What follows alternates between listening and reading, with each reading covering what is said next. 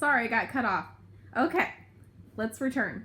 This was big news. Folks had been searching for years, John had heard. There's a hole, a big nasty hole, right under a rock, Rex said. I saw him go in. I saw it with my own eyes.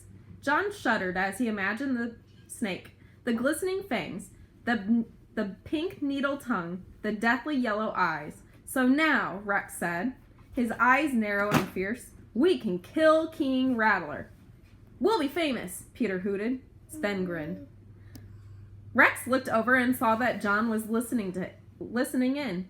John flicked his eyes too. Too late though. He'd been caught spying. Now Peter and Sven were looking at him too.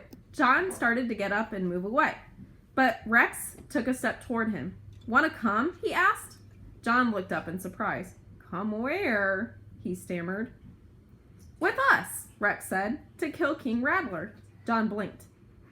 They wanted him to help kill a monster rattlesnake? That was the dumbest idea John had ever heard. He opened his mouth to say no thanks, but the guys were looking at him hopefully, like they really did want him to come along.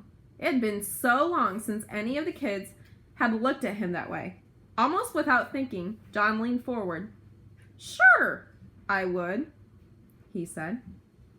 On to chapter 4. So do you think it's going to be a good idea that he does something that in his gut feeling he thinks is not a very good idea? I have a feeling this isn't going to work out very well for him. So let's see.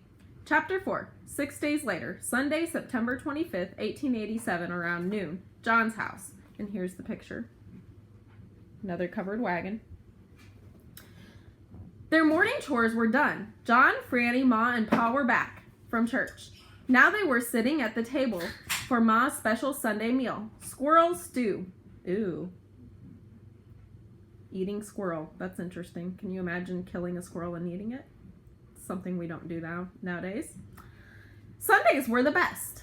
John didn't have to go to school, and usually the whole family took the day off from working. John would play cards with Franny or go out hunting with Pa. Some days he'd spend a whole hour just sitting around and doing nothing like a millionaire. But today was the day he was meeting the guys at the creek to kill King Rattler, of course. He hadn't told his parents the true plan for the afternoon. He said he was going fishing with his new friends. Ooh, lying to your parents. Probably not going to be a good outcome. Good stew, Pa said as he sopped up the sauce with a hunk of fresh bread. It did smell delicious, but John's stomach was twisted so tight he couldn't take a bite. I'm glad you like it, Ma said, flashing a smile at Pa. I'll tell the cook. Ma, Franny giggled. You're the cook. Ma's big brown eyes widened in pretend surprise. I thought I was the